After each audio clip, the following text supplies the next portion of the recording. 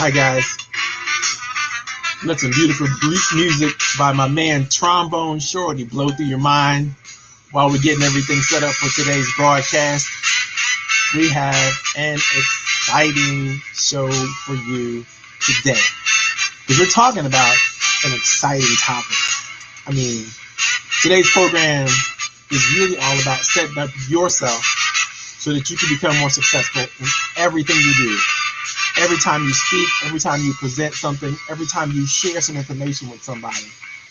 The information that we're going to equip you with today is going to make you just magical in terms of your ability to influence, your ability to guide and direct, your ability to help people focus and change the direction and the pace of whatever it is that they were doing. And so you're going to want to hang on to your seats today. You're going to take lots of notes. You're going to want to share this broadcast with as many people as you possibly can, because this is going to be some of the most important information that you're ever going to get a chance to participate in terms of being able to present yourself well, in terms of being able to stand and deliver to an audience when it really counts, when it really matters, when there's opportunity on the table for you to take advantage of, for you to participate in. And so let me turn down the music here a little bit, and I'll let it just play in the background. Hopefully it's not too disruptive to everyone, but it's nice for me to have some of my favorite stuff playing when I'm doing my thing. That keeps me at a high energy level, which is always important, right? You don't want your speaker to be bored. You want your speaker to be exciting. You want your speaker to be interesting, and you definitely want your speaker to be happy about what they're doing, because that way they can transfer that energy, that passion to you, which is what we all need, right? We all need to be just a little better, to focus just a little more, to create just a little more opportunity. I thought I today would do something special to start it off. For a lot of our listening audience members who don't know me and maybe haven't had the chance to participate in some of the programs that I've delivered in the past or work on anything that I've delivered in the past. So I'm gonna share a couple things with you today that I think are going to sort of set the stage for what we're going to be talking about later on. When I first got involved with coaching or helping people create new realities for themselves and then for the business, I started thinking about what was missing. And I realized that every entrepreneur I talked to, every business leader I talked to, every sales professional I talked to had something missing. It was something unique, something different, something that was not just everybody had the same stuff. Everybody had something different missing that was important for them to be able to round the corner, kickstart their career, overcome objectives, maybe get past some type of opportunity, whatever that was. And so what I'm going to put here in the chat box for you guys is something I think is critically important to your understanding of what's usually missing. And so I want to make sure you can get this. This is literally a brochure that I've created. Go ahead and open it up if you can. That I've created to help basically everybody it doesn't matter where you are, what walk of life you're in, to figure out what's missing. And when I created this process, it's called the Vision Quest 90 process. And it's a program that I use to consistently talk to business leaders and entrepreneurs, even teams, to help them figure out what they're missing in their planning process, what they're missing in their thinking process that would help them develop three things, which is what my claim to fame is. People work with me, they get more focus, they get more energy, and they certainly get more productivity. And one of the reasons why it happens is because the basic strategic things that we put in place to make sure that everything works the way it's supposed to work is right here in front of you. is right here on the Vision Quest 90 process. So for those of you who can download the document or open it up, you're going to be able to see a couple things. One, you're going to see there's 4 quadrants to the Vision Quest model. And in those 4 quadrants, you're going to find that there are things that people tend to process in those 4 quadrants. And no matter what they are, and they represent basically the 2 halves of the brain that work together to accomplish whatever you want to accomplish, starting with your thinking, right? And so people are usually leaning in one of those quadrants, and the other 3 quadrants are usually weaker. There's usually one dominant quadrant that everybody focuses on. So either, you're a mission-driven person, which means if you have a reason, you have a passion, you have something that, is really, really important for you to stand and deliver, to exist in, then you're a mission-driven person. You could be a vision-driven person. You could be a dreamer. You could be the kind of person who tends to focus on the unreachable things in life. The unreachable, they're not even goals. They're just ideas and concepts that are so vast and so big that it's not even possible for you to grab your arms around, not possible for you to reach, but still they take up a large part of how you perceive your life, your day, yourself, and everything. You're a vision-oriented person. And that's great. There's nothing wrong with being a vision-oriented person. A lot of times in our society, we have told people who are vision-oriented that something's wrong with them. They're too creative, they're too esoteric, they don't really have anything of value to offer. And I'm going to submit to you that that's completely wrong. And that's not something that you should ever say to anyone who happens to be visionary. All right. Then the other quadrant is the goal-driven people. These are people who literally, they like to achieve. They like to create. They like to get there. They like to win. They like to put a stamp on it. They like to stand on the top of the highest hill and say, I won. I am the person. We did it. Whatever it is for them, life is about achievement. Achievement after achievement after achievement after achievement. They're goal-driven, goal-oriented, goal-focused people. And then you have your habit people. These are people who are stuck in routine. I mean, not stuck in routine, they just love routine. They love routine so much that anytime that they don't have a routine for something, they feel lost. They feel like just they don't know how to function well if they don't have a very, very, very structured situation going on. And they have to have that all the time. Now, those people who are on the spectrum may be considered OCD or something like that. They have the ultimate end of what that habit orientation might be about. But those kinds of individuals who have some kind of psychological malady of some type are very, very rare. But they are there. And there are some people who are in the professional world who actually are just, they're so habit oriented that if you ever break them out of that habit, no matter what the habit was or what the situation is, they're not going to do well. They're not going to be able to function well. And so what I found in the Vision Quest 90 process, when I help people understand how to unpack, one, where their gifts are and where their strengths are and what orientation they probably fit best in, now we have to figure out how to provide the scaffolding they need to reach the other areas so that when they do whatever they do, they have the access point to every part of their brain, every part of their success, every part of who they are can be touched by the Vision Quest 90 process, and then help them and help use as leverage to move them forward, to get them unstuck, to get them back in the game so they can win again, to do whatever they want to do. And I found that entrepreneurs just literally leap at this process. They love it so much because it makes so much sense to them, and it's not, full of any complicated jargon or anything that's difficult to get a hold of. But I find that people who are either, whatever orientation they are, whatever in the 4 quadrants, they need to be able to reach out and touch those other orientations, which means they need experience in those other areas, and they need people who have experience with those other areas to help guide and direct them into those other areas so they can, when they do whatever they need to do, they're not hampered by the lack of vision or the sense of purpose or the reality that you've got to boil it down to processes and systems that have to be in place, or you don't have well-structured, well-thought through goals. And when you don't have any of those things, then your situation is going to fall apart. It's going to fall apart further quickly. Very difficult to sustain any level of success without entertaining all four of these quadrants. And that's what I found out over the years.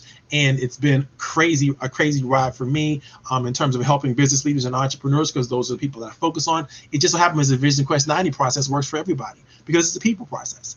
It's about helping people figure out how to be better and how to get themselves back on track when they've gotten off track. So that's something that I wanted to share with you guys. I know I haven't shared that with many people, and because usually I leave that stuff sort of exclusive for my clients and for my friends, and I really don't talk about it too much to too many people. But now I have it on tape, so I can record it and I can share with other people. Do me a favor, guys, if you're out there and you haven't already chimed into the chat box, definitely let me know who you are. You're and that you're out there. I can see Nancy's out there. I can see Scott's out there. It's great to have you guys back. I really appreciate and love the time and attention you spend just playing with me. I hope I'm able to deliver something meaningful to everybody as much as possible. But we have like 8 people on the call right now, and I really like for people, if you have something that you'd like to share, something that you need to say to people, go ahead and put that in the chat so that we can you can keep a conversation going, even if I'm not talking about something that doesn't matter. I don't consider it rude for you to chat with everybody else during the chat, or even answer a question or whatever that is. So feel free to let people know who you are and let people know you're there, whether you're coming through LinkedIn or you're coming through Facebook. It doesn't really matter. But I want to make sure, or even we have people. This is live broadcast and simulcast on Facebook and on YouTube simultaneously. So it doesn't matter where you're coming from, where you are in the country. I love to hear from you. If you feel so inclined, if you want to be quiet and just be a voyeur, not a problem. I'll try not to call you out. But I'm going to start you guys off with a question for today. Today we're talking about heroism and how you use heroism in a story that you would want to share. So someone asks you in a networking function, or someone asks you somewhere, what is it that you do, right? The typical response for somebody when somebody asks you what you do is you give them your title, or if you stand up and introduce yourself in the room, you start with your name, and then you give them your title and the name of your company. That's about 15 to 20 seconds of nothingness that will hijack your audience and make them think about something that has nothing to do with the question they're answering or even are interested in, and nothing to do with what you're about to say next. And when you do this, you are forcing people to think of you in different ways than they're intending to think about you. They're intending to think about you. They want to know what it is you do. They want to know what differentiates you from everybody else. They want to know why they should be listening to you at all. Why are you here? What is your purpose? What is your function, right? And you're in your communication, and you only have a few seconds, right? In your communication, you need to be clear on all those things, because when you are clear on all those things, what happens is people begin to know how they can do a couple of things. Either they can back you, which means they can support you in somehow, some way. They could join your team, which means they can jump on board to help you and rescue you and create for you the new opportunities that you've been looking for. Or they think of somebody that they might know who could do one of those two things, give you information or contacts. That's what people can do for you. But you have to seed it. You have to seed the pump so that it comes back with a living fruit, with as much opportunity as it possibly can. I see my man Suresh finally figured out how to log on. Good for you, Suresh. You're here. So I got some questions I want to ask from you guys about heroism right up front. I know when you think of a hero, and what do you think of? Give me one word. If you have to say, give me one word that in your mind characterizes or what a hero is about, or who a hero is.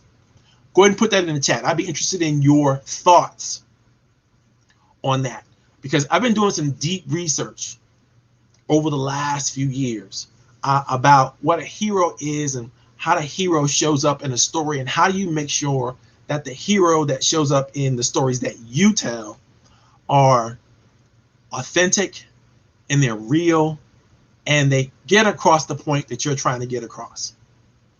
So everybody work with me there. Throw something in the chat if you can. What do you think of when you think of a hero? Give me one word that you think of when you think of a hero. And while you're doing that, I'm going to pull up some information for myself. Brave. That's good. I love that. It's a good word. If I could find my own stuff here, I'd be amazed. But I'll be amazed at myself.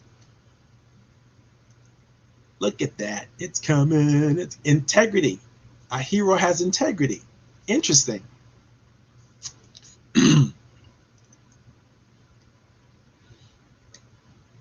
What else?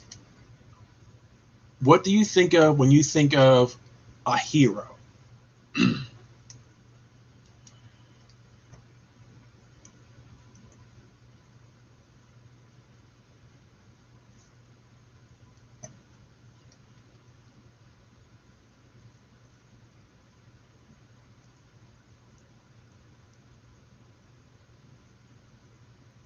You can even use a phrase if you want. Sword and horses. Scott, you're always good for coming up for some good stuff. I was gonna say ethical, but I like Gene's better. You're right. Yeah, that is good. Ethical is good. Ethical is good. Okay, so when you look up hero in the dictionary, you're gonna find 3 sort of descriptive characteristics of a hero, and some of the things that you guys mentioned are there, and some of them are there, but not really. And let me explain what I'm talking about there. When we think of a hero, we typically think of someone who's doing something outlandish. I mean, something that is so outside the norm that not only will we consider them bold and courageous, we would consider them risk takers because they're doing something that normal people would not do. So a hero is not just bold, they're not just brave, they're not just courageous, but they're risk takers. They're doing things that are outside of the norm of daily activity. Now, this is highly disruptive for the human brain because when we see people doing heroic things, we marvel at them.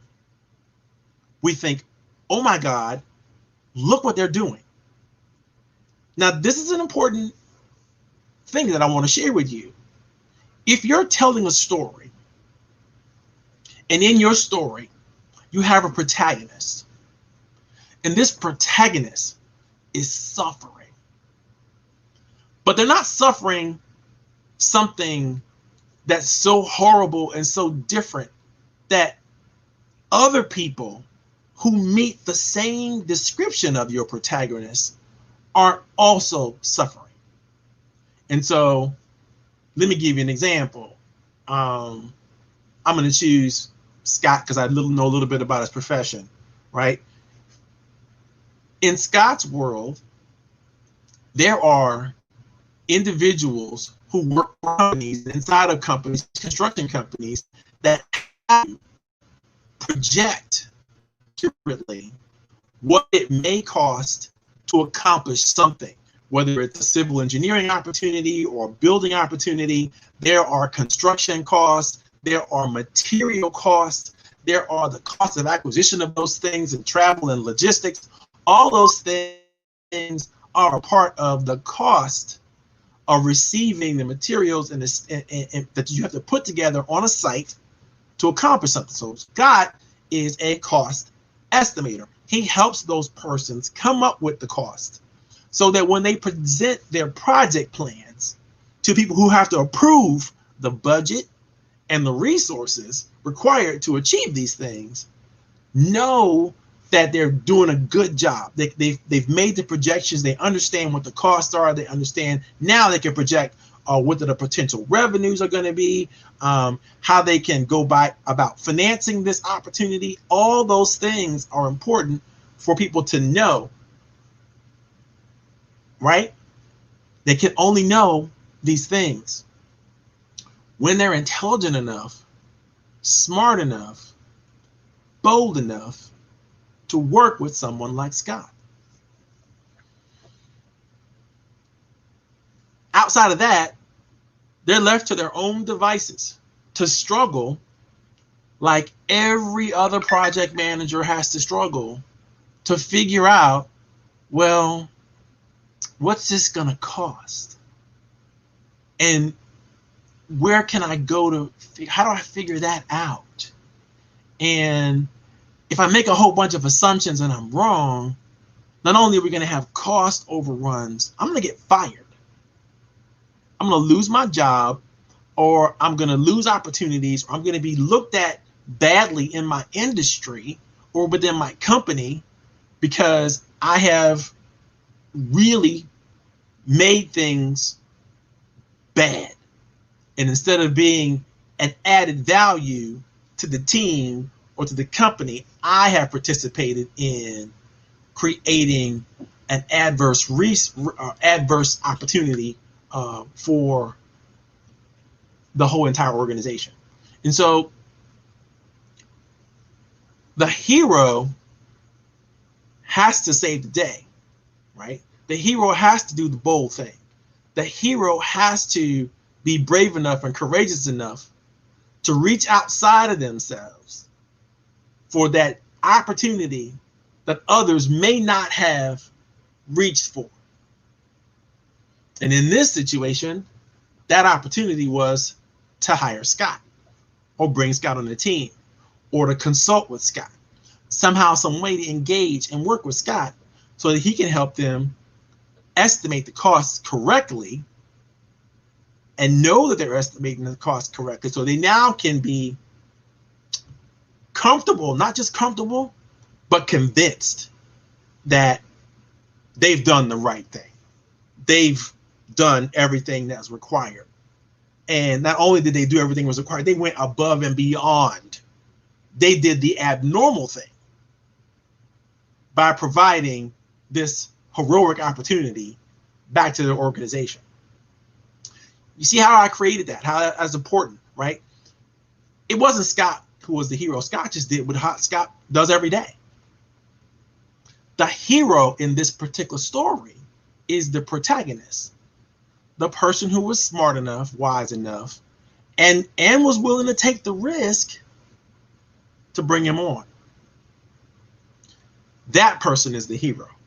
Now, when you make that person the hero, when you tell a story and you make someone else the hero, you get the credit for being a hero, even though you weren't the hero. All you were doing was relaying a story, sharing the information about a character that you developed in the story. Now, that character, before you brought the hero in, was going through some things, right? Just the normal drama of being a professional or being a person in that title or in that role that every professional in that title or that role tends to go through. It's the people who go through those issues and deal with those problems or setbacks or whatever the adverse situation is and rise above it. Those are people who reach heroic status. And every time, in order for them to rise above, they got to do one or two things. They got to get a tremendous amount of information, or they got to meet the right people. But it boils down to information no matter what. Information comes from the right people. The right people can do the right things to make the right things happen. But now, if you left to your own devices and a hero is required, but you think you're going to be the hero in a situation, guess what? It's not going to work. It can't work. It's impossible. And so I want to read with you from you something that I think kind of puts us in the right mindset for thinking about, talking about, understanding what heroism is and what it's all about in a professional sense. This is a quote from Alfred Lord Tennyson. Tennyson says, "Though much is taken, much abides, and though we are not now that strength which in old days moved heaven and earth, that which we are, one equal temper of heroic hearts, made weak by time and fate, but strong in will, to strive, to seek, to find, and not to yield." So I want to unpack that when we start thinking about the heroes that we want to share in our stories, when we want to talk about when we're doing a presentation or when we're asked to introduce ourselves and people say, well, what it is that you do, or bring whatever ideas to you. If you present your ideas in a systematic way, the way I'm describing it to you over the series of these talks, you're going to find that people fall in love with you. They fall in love with you because you're the person that's relaying the story of this heroic daring do. And it shows, because you can relate the story, people start to think of you as the expert because you're telling the story. You don't have to actually have all of the expertise, but because you are confident enough to tell the story, and you tell the story so well, the same emotional transfer that happens when the protagonist finally picks themselves back up and moves forward because of something else. That person, that feeling of watching somebody claim the victory, that feeling of watching somebody or visualizing somebody who is able to take the stage and slay the dragon and have the victory, it's such an empowering feeling to us, because when we see it happen, we get a glimpse of possibility. We get a glimpse of hope. We get a glimpse of an authentic representation of something that could happen. Even if it's fiction, it still helps us to dream. It still helps us to open up our minds to possibilities. So storytellers and writers and producers of film and movies and shows have understood this for generations.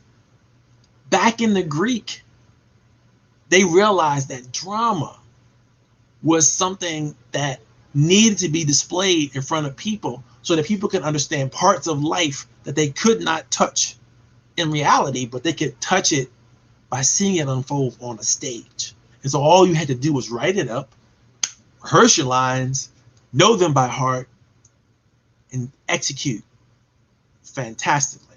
So let's break down what Tennyson says. Tennyson says in this poem, and the name of the poem is "The King and the King," and it comes from his selection of poems, Tennyson's selection of poems, Idyllus of the King. And the first couple of phrases, though much is taken, much abides, and though we are not now the strength which in old days moved heaven and earth. He's talking about the fact that the young people are strong. People who are young and passionate, they're strong. They're able to just perform what may be to the elderly a remembrance of a Herculean task, right? But what happens is, once you recognize that you are where you are and you are built upon your former strengths, right? Whatever your former strengths were, they are still a part of your psychological understanding of possibility. And he says, they said, we have one equal temper of heroic hearts, made weak by time and fate, but strong in will. You see, as a former drill team captain, right, I used to teach people drilling ceremony, how to correctly display the proper movements that were required to create a discipline in soldiers and show a display of discipline was what drill and ceremony is all about, is to show the might, the power, the strength of the uniform service.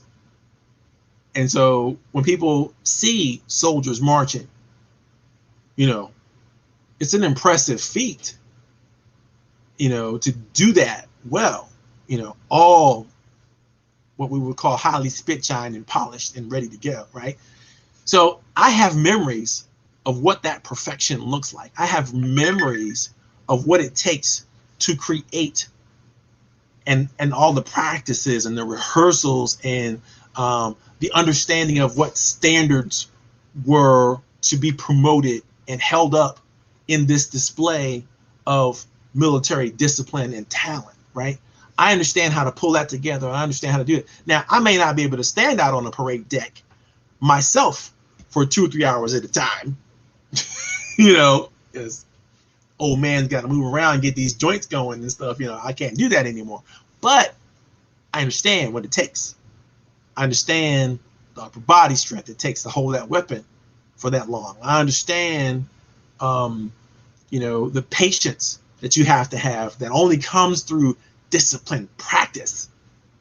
You know, I understand that, and I understand how to transfer that to people. I can't do it myself. I don't have to anymore, and I don't have to anymore. But I understand how to make that work and how to do that because I had to teach people, I had to train people to do that. But I have the will, but I don't have the strength anymore. But let's go on to see what Tennyson was talking about. He went on to say that though you may be weakened by time and fate, your will should be strong enough to continue to strive, to continue to seek, to continue to find, and to never yield. So that's the heroic stuff I'm talking about. That's what a hero does. A hero does, it strives outside the normal, seeks outside the normal, finds things that the rest of us are not willing to find because they already have a background, they already have experience, they already have talent that they know about, and they can tap into, and they can find opportunities that the rest of us can't find. And imagine if you have a team of authentically talented people who are gifted to do amazing things in and of their own right, in and of their own fate, in and of their own, you know, precious resources. And they bring those things together. They bring that talent together on a team. It's a thing of beauty. It's a thing of beauty that we see it so rarely. The perfect team, the perfect race, the perfect match, the perfect game. We see it so rarely that every time we see it, we automatically assign it to heroic status when we fall in love with the performance. And so that's what I'm telling you what happened for you. If you learn how to tell stories and you learn how to create that drama and that character up front, and you come later on with the hero, well, that hero that saves the day, I promise you, the right people are going to fall in love with you. The people that you need to have influence on are going to fall in love with you. Not only going to fall in love with you, they're going to remember you. And they're going to retell the story. Because the story that you just told, that has the character, right? That has the drama, and that has the hero, is going to be something they remember. All you have to do is remember the sequence, is remember the technique and the strategy that I'm sharing with you. Because if you do that, when you communicate, whatever you communicate is going to resonate with your audience.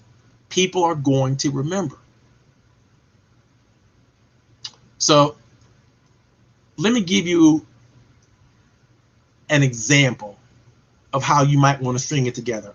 And I'm shooting from the hip because I want you to know that this can be done without a whole lot of practice. Once you have practiced and you understood the sequence of and the rhythm of a presentation,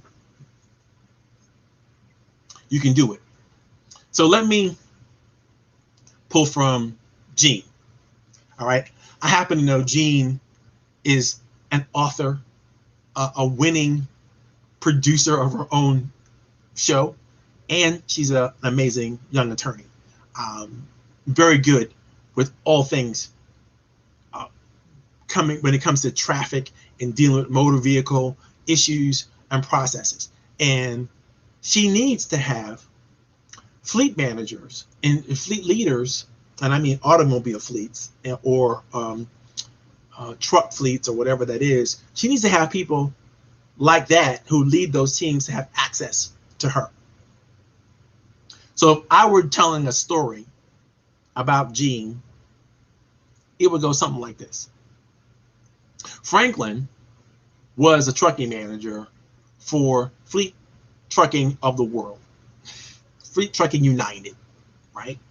And he was about 37 years old, been in the industry since he was a teenager. I mean, he started out driving trucks himself for the company.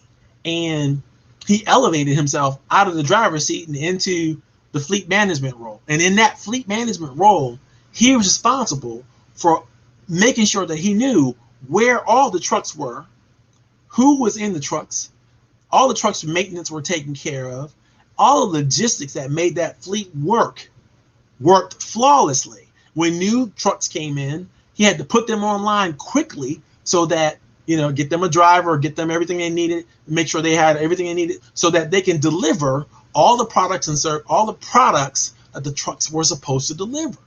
And if for some reason a truck broke down or somebody had an auto accident or too much of a bad driving record and they got pulled over, or is that a drunk driving incident somewhere in the fleet, now we got some problems.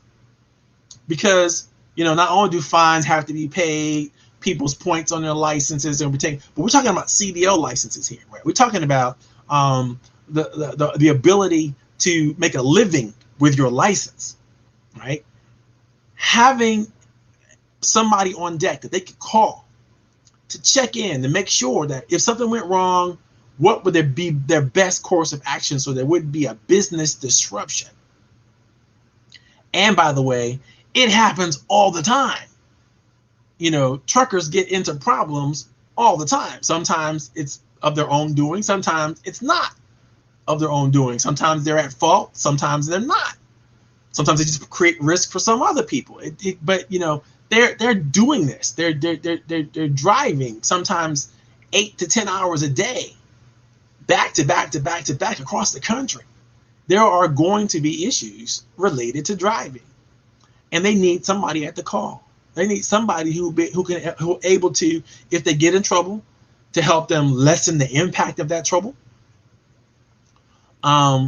If they find themselves in a situation that could have been avoided with some training and some guidance, they need somebody to give that training and that guidance. That person is Jean.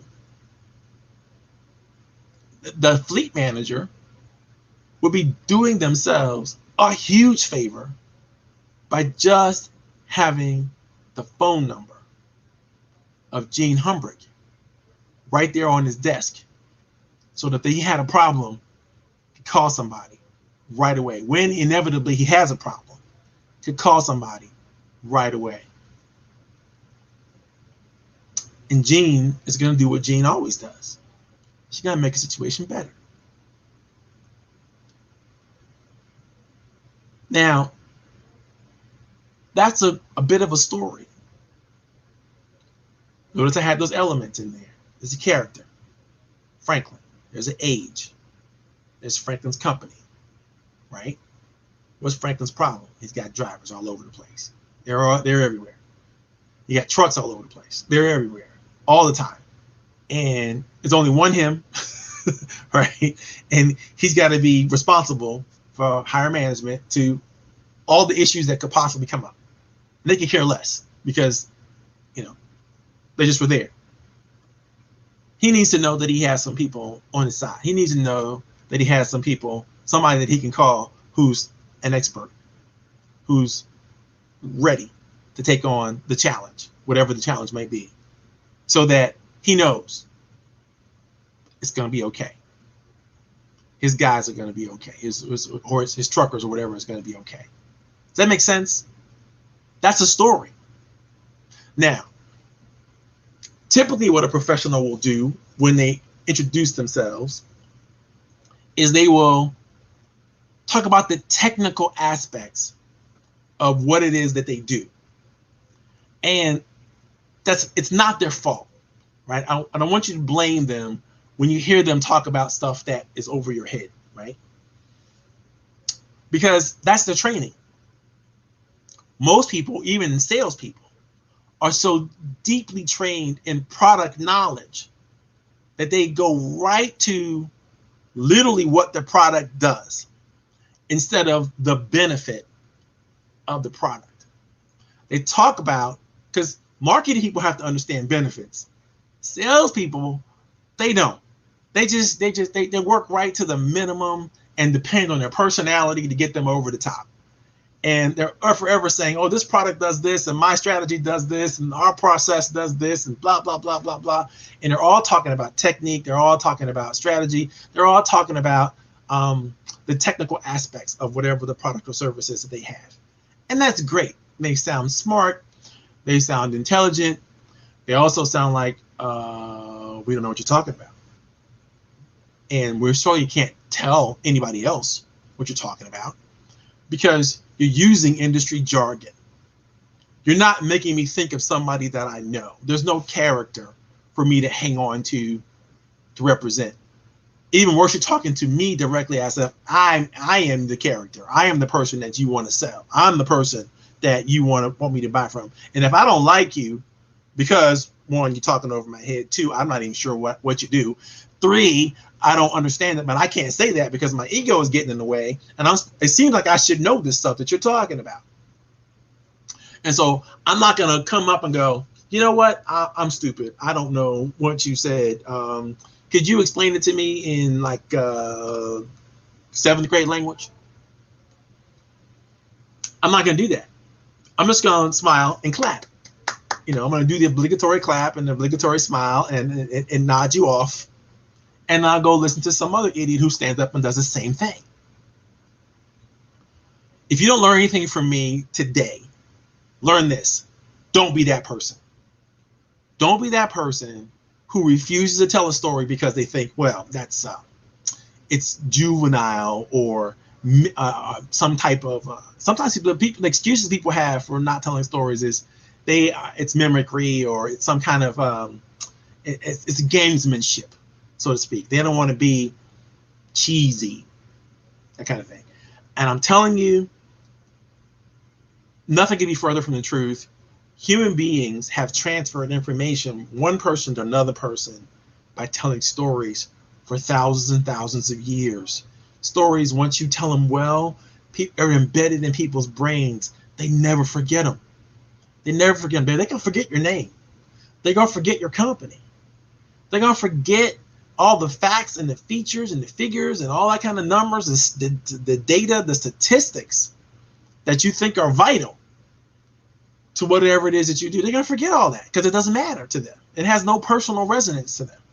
But a story that has a character that they can fall in love with and identify with, that character is going through something that they can understand and they can see it happening to most characters like that.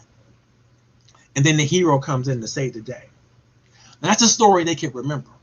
That's a story they will remember. And if you have 2 minutes, maybe a minute to 2 minutes, you can tell a story in that amount of time. What you can't do in that amount of time is train people to be you. You cannot train people to sell your product or service in that amount of time. Think about how long it took you to learn what you needed to learn to sell your product or service. And some of you are better at this than others, right?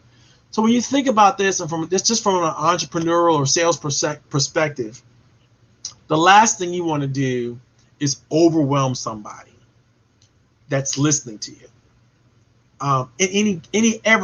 Never. You never want to do it, because when persons are overwhelmed, they're not thinking straight, and they're acting out of fear and desperation. And at that point, their brain isn't working right. And even if you get the deal or close the sale, they're going to regret it. That's not what you want. You want people to love what you have to offer. In order to create that, you have to have them attach the right emotions to it that work for them. And if you don't understand how to do that through stories, then you're missing a great opportunity. You're missing the most influential opportunity that there is, that has ever been for people, is the telling and the transferring of stories. So we've talked the last few weeks. The first week we talked about why you should tell a story in the first place. And we talked a little bit about how do you set a character up so that the character resonates with the people that are listening to you. And then we talked about how do you create the drama so that when people feel like this is happening to the character that they know or they understand or they feel for, it sinks them. It connects them emotionally to the story, to the storyteller. And then you bring the hero in to save the day. This creates a memory, a lasting memory that's easy to repeat. If you do this well, it will always work. If you do it poorly and you don't receive the feedback from your audience that lets you know you're winning, then you did it wrong. You don't have people's attention. You didn't tell a good story. They didn't connect to the character. There's nothing that you said that was memorable. In fact, what you said was so boring and so literally overwhelming to them, it was too much. And so now they're ready to move on and listen to somebody else. And you want them so enraptured by what you said that they're hanging on to your every word. They're at the edge of their seat going, what happened next? And then what happened? Oh my God, that happened. And then what do we do? And the next part, in the next week, we're going to get into vision. Because the vision part of the storytelling process is literally helping the person that you told the story to understand who they should tell the story to. It's creating the opportunity for them to go, oh, yeah, you're right.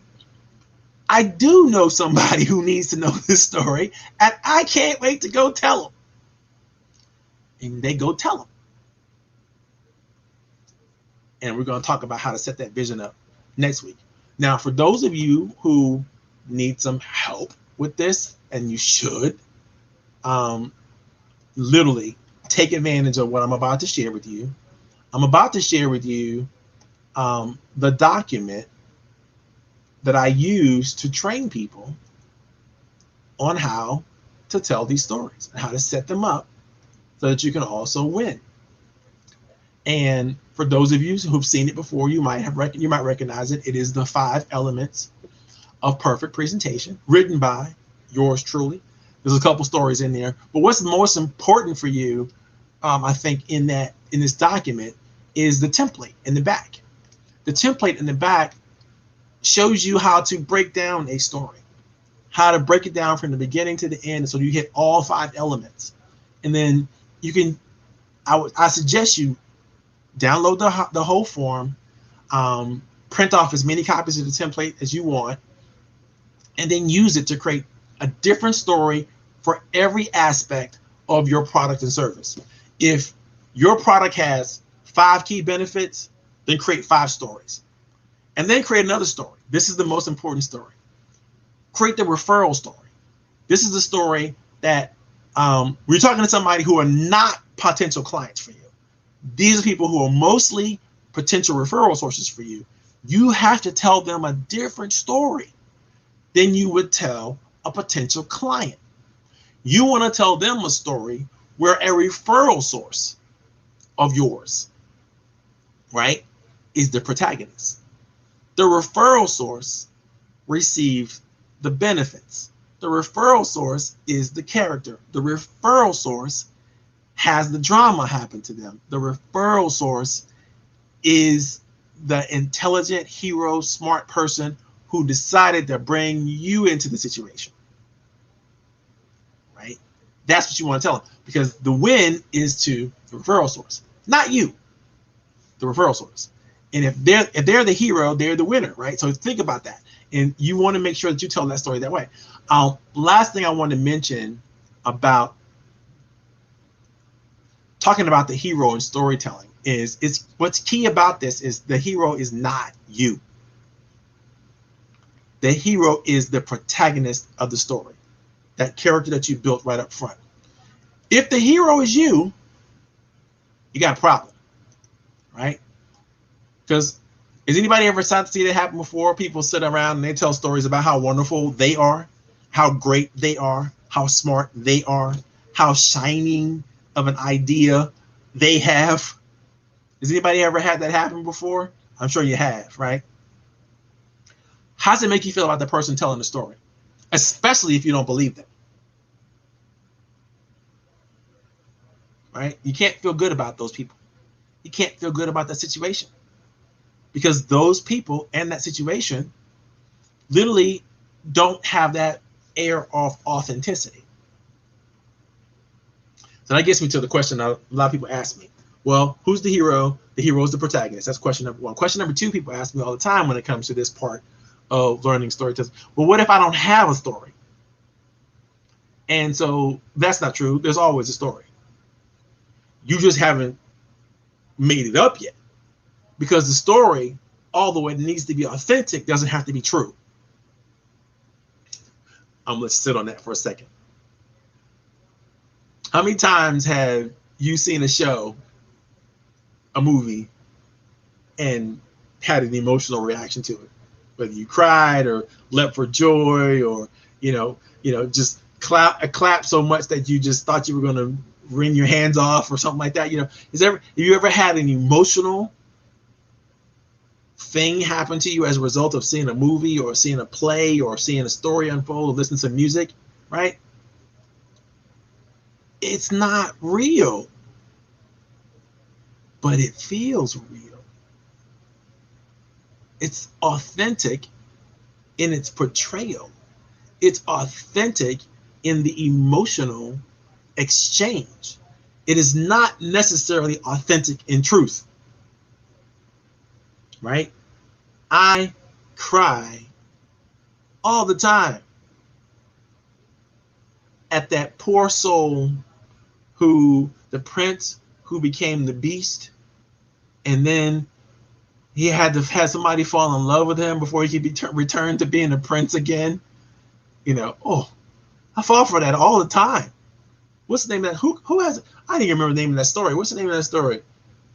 Something in the Beast. Beauty and the Beast. Beauty and the Beast, right? That's crazy, right? I know what's going to happen, but I fall for it every time. I feel connected. Maybe I'm still waiting to become the shining prince that I'm supposed to be. I don't know. But the reality is, good stories are emotional. They're full of authentic, impactful emotion. There's real drama, real problems, real issues. So Nancy says, could you describe an incident where there was a great pain point and the hero rides in to rescue, and then you would say something like, that's the kind of thing that I handle. Yes or no? No. No, that's a you understood process. Because when you tell people, and this is what we're going to get into next week, when you give people the vision, right, of who they should be telling this story to, they'll automatically assume that. And by the way, when the hero makes a decision to work with you, again, that's the assumption that already is there. You don't have to ever say it. Because if you say, that's why you should talk to me, or that's why you should hire me, or that's why anybody should talk to me about blah, blah, blah, you're going back into, again, making yourself the hero. You don't want to take any light away from the hero of the story. We know how many movies Spielberg has done. Is he in any of them? No. But if we had to hire somebody to do a movie for us, and we could hire Steven Spielberg, wouldn't you? Why? Because you know he's an expert. The stories share it with you. The stories. Francis Ford Coppola. You know, how many? He wasn't in any of your films. He was never an actor. Just people who know how to produce and tell great stories. And they become great because of the story. You understand? Making great movies is a fait accompli. It's gonna happen. If you hire the right people, the great movie is there.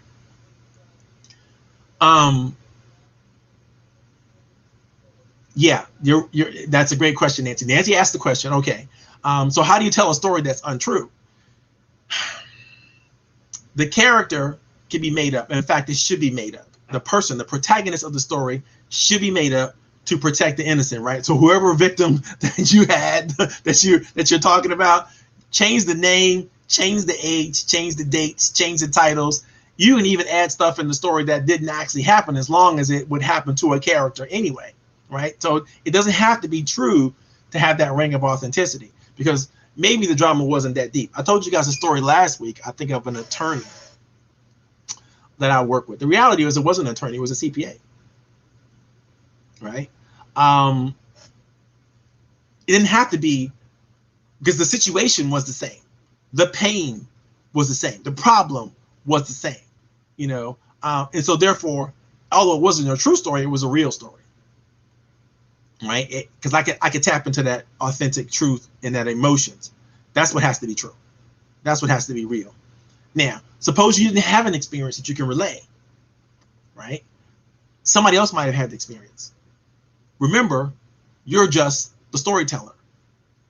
You're not the person in the story, right? So therefore, you can tell any story you want to tell and have all the attributes of the story assigned to you.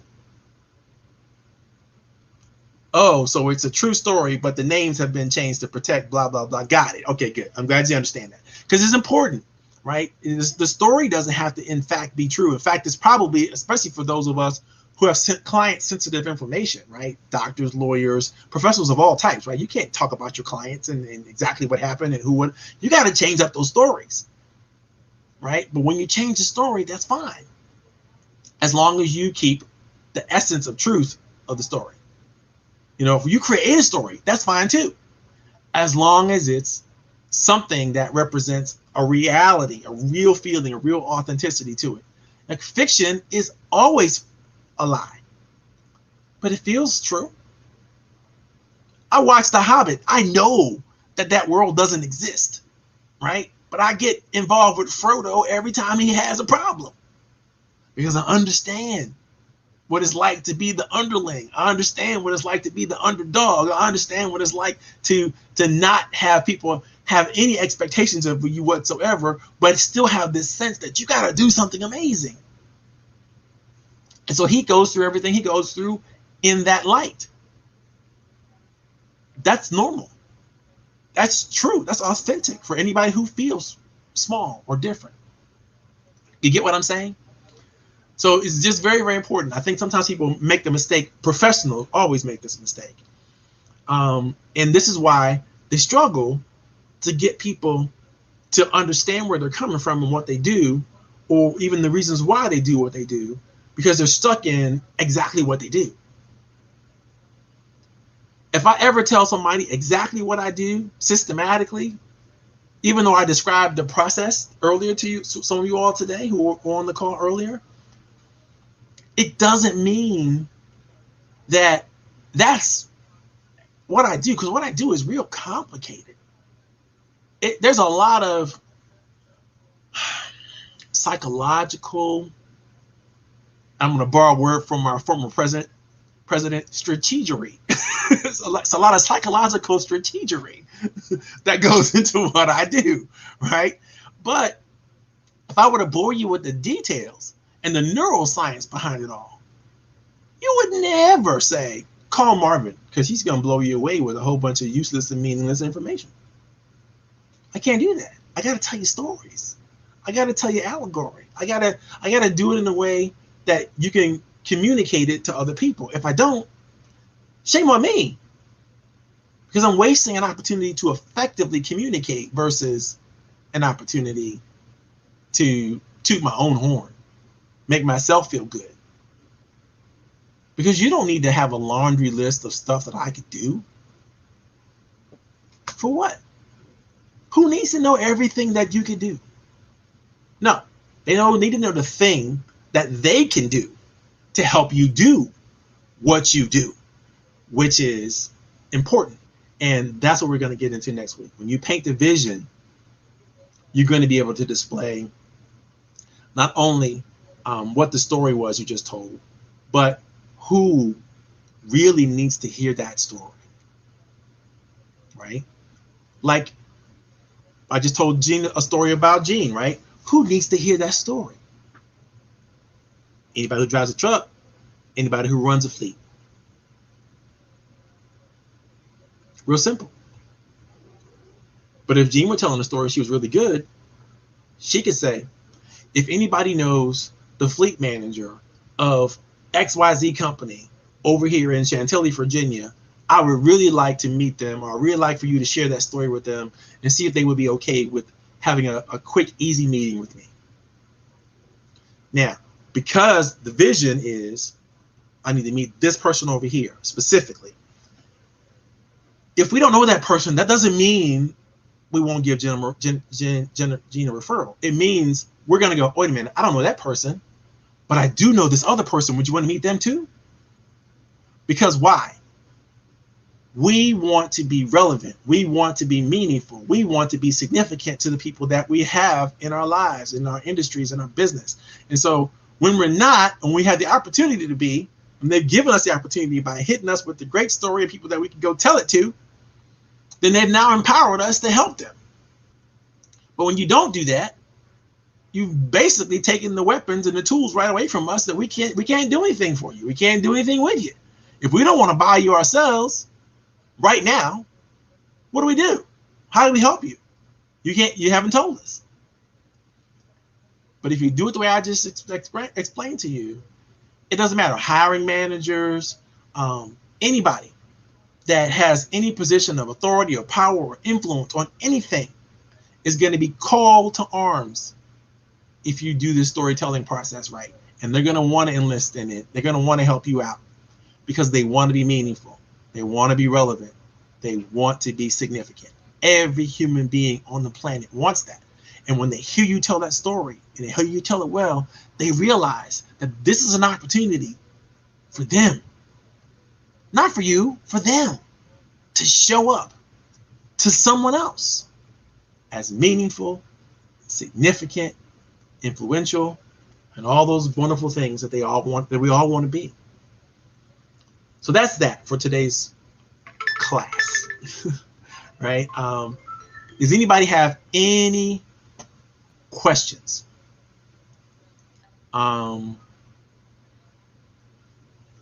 About storytelling in any aspect? Any questions about providing the drama? Any aspects, even something I may have already covered, telling the character, some of the no-nos, or anything about heroism, fire away. If you have any questions at all about anything, put them in the chat. If you're listening to this recording later on, feel free to put that information in the chat. And I'm going to actually save this. This is actually going back to my Facebook page and I'll save on my YouTube channel. So if you need to download my YouTube channel or subscribe to my YouTube channel, right? There's supposed to be a button down there. You're supposed to be able to subscribe to my YouTube channel. So if you're watching this on YouTube, you can subscribe. Please, I really appreciate that. All of the attention and all the accolades and all the attaboys you can give me, thumbs up, whatever. I appreciate them all because this is not something that I don't do with a lot of preparation. It takes a lot of preparation. This hour and a half, 2 hours I'm willing to spend with you guys. It's not something that I can just dial up whenever I want to. I don't just hit the play button, right? I know it may seem like that for a lot of people, but it's not. It takes a lot of effort. a lot of marketing, a lot of pre-planning, a lot of rethinking about what my editorial comments are going to be this week, next week after that, week after that. So I got a whole program laid out, but I have to make sure that I do this really well, because it won't be effective. It won't won't have the effect that it should have if I do it poorly. So in that regard, let me see if there's anybody out there that has any more questions. I would love any questions at all about anything business related, anything professional that you'd like to know, or even would like to share as a result of what you heard today. Is there anybody going to make any changes to their presentation as of result of what they heard today? And if you are, what changes are you going to make? Let me see what's out there. I'm looking at the chat box right now. I don't see any thoughts coming through here. Dun, dun, dun, dun, dun, dun. Nancy already bounced. She had a 4 o'clock. Okay. All right, guys, we're going to call it quits today. It's been wonderful. I had a good time. I hope you did. It's now 4:03 as the bell tolls. And I hope you had a wonderful time. Again, if you have any questions about anything, if you have any follow-up, just go ahead and throw some stuff in the chat box. And I will make sure that I answer you either on another video conference like next Friday, or I'll go ahead and answer it. I'll reply to you. Right now, I'm up to my head into a lot of this conference that I got coming up. There's just so much going on with it, and it's just been amazing. So I think we're going to do a great job for small businesses all over the Washington metropolitan area. It's going to be great. If you don't have your ticket yet and you want to get one, let me know. I'll make sure that you get it. And other than that, I'm going to sign out and say bye-bye. Ciao now.